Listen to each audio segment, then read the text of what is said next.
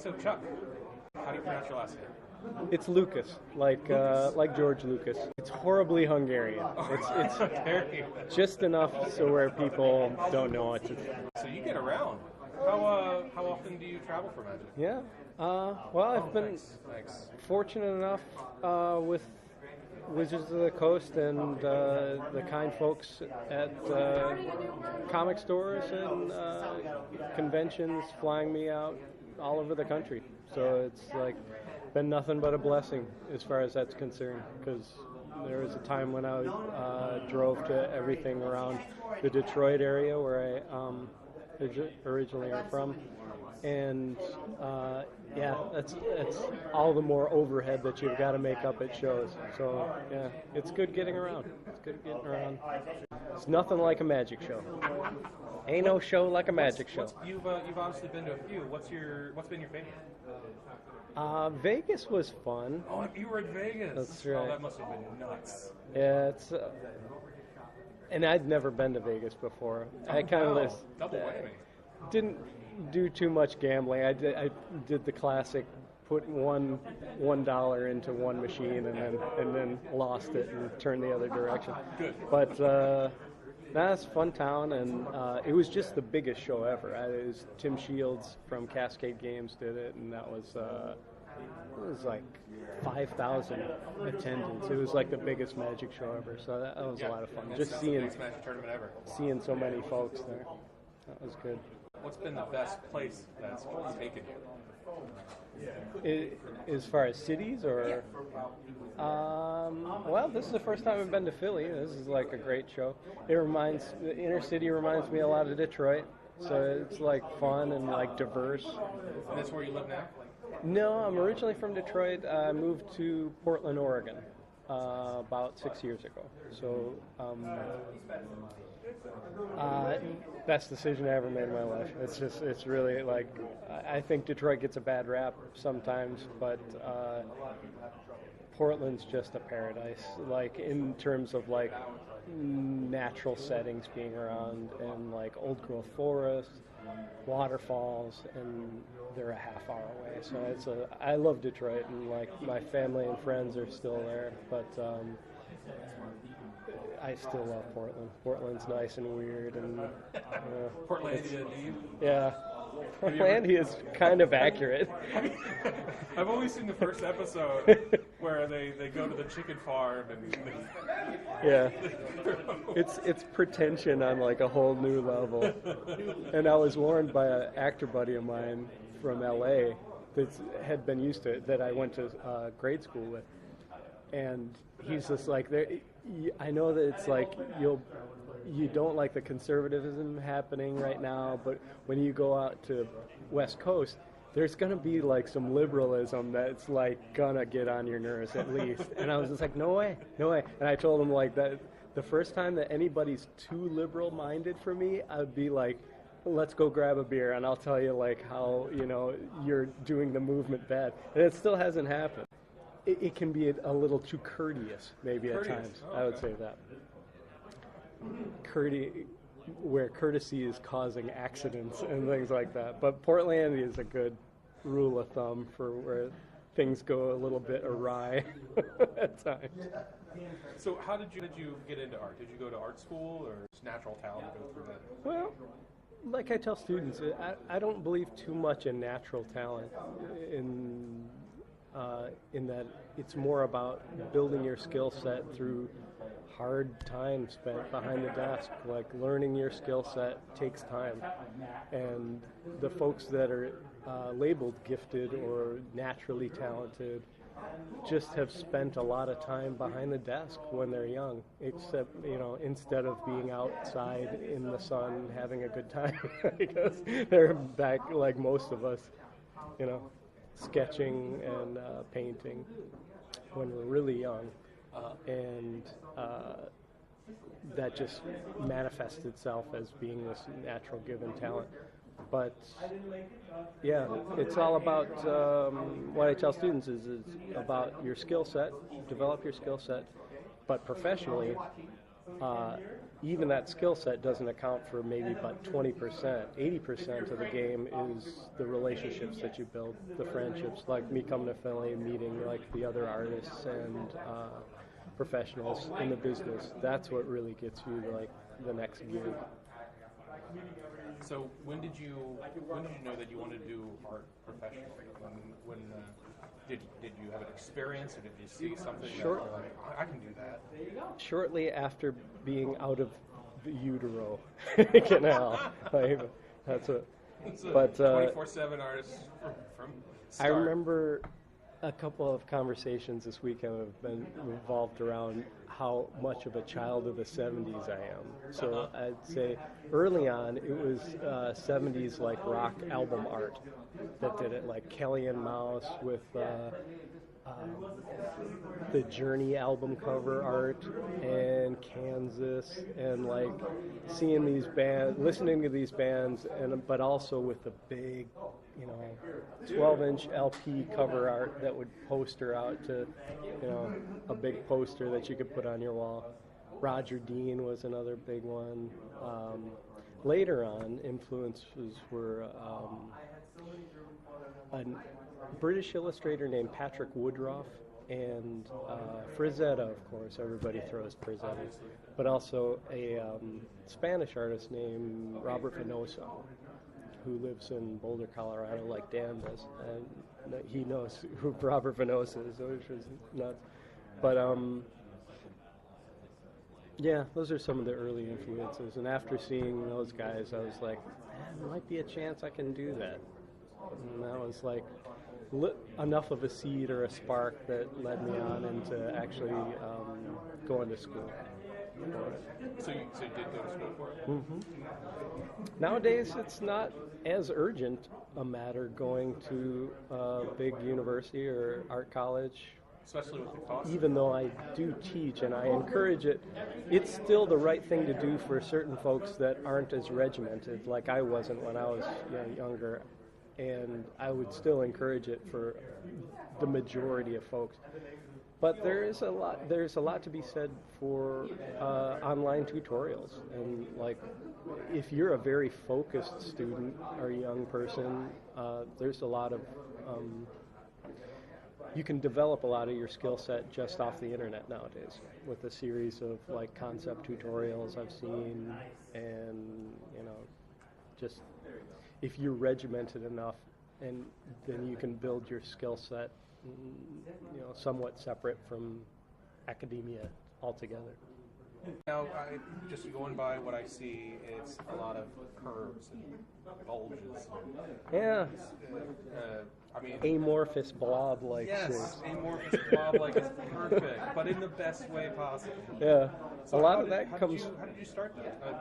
Where did that come from? I mean, I wouldn't say that Frazetta had too much of that. No. I wouldn't either. How did you get from Frazetta to amorphous blob, but great amorphous blob? Two things. One of which is the artist Jean Girard, who Mobius, and he has his line work is very much amorphous blob rules. Like there's Airtight Garage I got when it was in Heavy Metal magazine, Metal Hurlant, French version. And yeah, he was a game changer. He was a big game changer for me in college. And then as I was graduating college, I got into the second thing, which is wood engraving. So my sketch style follows through into the paint often, and it's these repetitious forms where, and I got that from wood engraving. So where you deal with shape and form in a different way. If you're engraving it, it's kind of like you're engraving it into stone. Like the marks really make a difference. Where I would sketch out forms in almost like a mesh or a spline graph. And I think that has something to do with the way in which I design and develop forms and shapes. Mobius and wood engraving. Your most recent work for Magic being the Theros Hero set. Now you can't tell us if there are more coming, can you? Not at this point, but Can you wink it at us? I do. It's been leaked that there's going to be more than the 7 at this point. So yeah, and I'll be doing all of them as far as I know. That's Jeremy and Wizards have given me a great gift for the last year and a half, and I can't thank them enough. It's just I have been like structurally, I've been kind of confined to a 1.5 foot space depth of field painting within. Right. So I've gotten good at like trompe-l'oeil techniques in painting. I think I could go and paint like an Olive Garden rather well at this point. It's like all in that 1.5 foot depth of field. Maybe I'll get a gig doing that. Hey, man. Olive Garden's They expanding. may make big money. Hey, It you could know, be. you could just throw it out there. Hey, Olive Garden. Hey, Olive Garden. I think that I think what you we got might now get is some fine, but I could really step it up a notch if you just revamped your image. Throw some Just heroes put the up Chuck there. Lucas spiel on all of it. You can have your endless pasta and salad surrounded by Chuck Lucas. And a heroes bas relief. It's been a ton of fun. The heroes cards, developing them all the way through execution and all through the final paintings. It's been the best gift of my career up until now. It's just been a great project. And develop my skills within the set, and that's something that an artist can, always likes to do. If you can learn things while you're doing it, and take on extra skills and bring latent skills that you've had before into the game. It's been a great project. If there was one magic artist that you could take like a skill that they have and incorporate it in your work, is there one you? Well, one comes to mind all the time, and that's Todd Lockwood. I'll even use like a Lockwood quote, which is like, his brains are the most that I'd like to eat from. So, yeah, Todd's just like really kind-hearted cat, and stylistically has developed like a certain style of both D&D and Magic to a certain extent. He's in on concept books all the time, and yeah, I'd like to mimic that. If there was one magic artist that you could get in a fist fight, I don't know. you've done lots of different images for the game. What would you do if you were assigned a planeswalker? Well, Now, obviously, anybody's approach with that is going to pull out all the stops. I mean, you just do like the best possible job that you could do. If I was offered that, I'd probably start looking for models that I could pose, whoever it was. It was like Chandra or Lespeth, or like I would start to get some models so where I could really nail exactly what they wanted. Do you use models for most of your other work, like I any of your don't. Theros work? I don't. With I mean, it'd be kind of hard to I'll do. sometimes cookie cutter, Frankenstein images together from past models that I've hired or have had at school, and so where I've already kind of posed them and know the lighting situation and things like that, so I know I can get things to look fairly continuous. But yeah, it would just depend on like how, and sometimes even portions of the paintings that I'm doing now, like I'll ask the passerby to give me a hand position or something. So I'm always kind of taking reference and utilizing reference online. It's like a Frankensteining thing.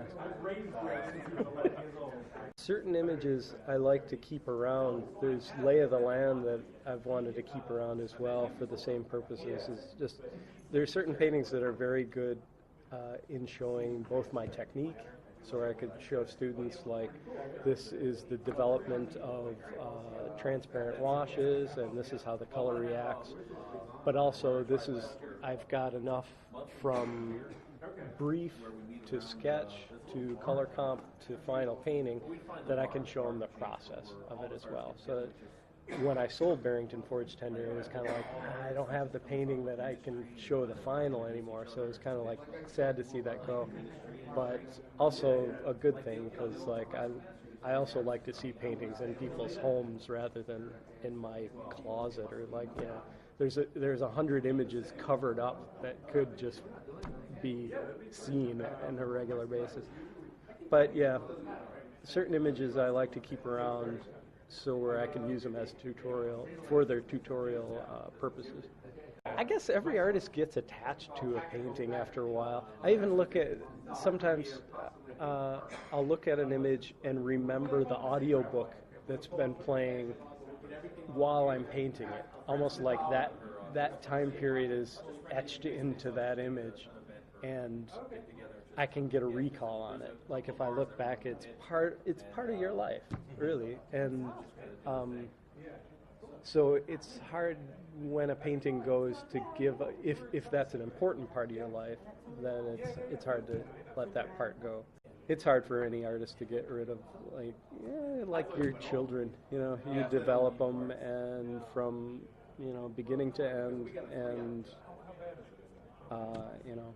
especially the ones that you consider a success, and they're hard to give up. The ones that you don't consider a success, sometimes you don't even want to put them out there. You want to throw them in the bin. If anyone's interested in your art, where can they reach you? I'm always at chucklukacs.com. That's Lukacs, Lucas spelled. And there's also a charity blog that I'm doing that's Portland specific. And it's called Portland Stink Eye. It's an odd name, but it's Stink Eye, like he's giving you the stink eye kind of. That's the way I mean it. And what I'll do is a series of portraits. Some have funny stories from around Portland area, and some of them are of celebrities. But all the proceeds go to Raphael House in Portland, which is a shelter for abused families. So it's a good cause, and I'll have some pieces up there from time to time that I sell off for Raphael. And let's break the fourth wall. If there's anything you could say to your fans, what would it be? They're right there. Thank you for all of the years of supporting Magic the Gathering. I mean, without you guys, we really wouldn't have a game.